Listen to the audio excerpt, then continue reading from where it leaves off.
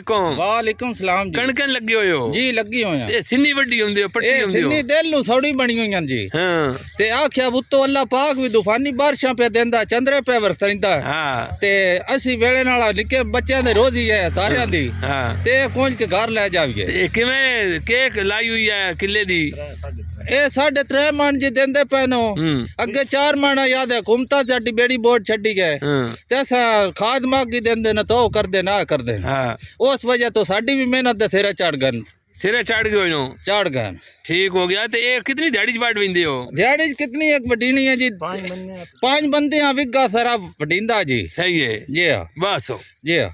ते ये कितने डांग हो गए ने लगिया सन हो गए ना दूजा दिहाड़ा लगे होया दूजा डांग हो जी हां। ते रोजाना वड्डन ते कणक है बड़ी औखी जी हां थल्लो पटींदी पई है सही हो गया थक तो बंदा वेंदा है थक बात कुछ नहीं वंदा ढेर सारा जी वंदा ठीक है आ देखो ना जी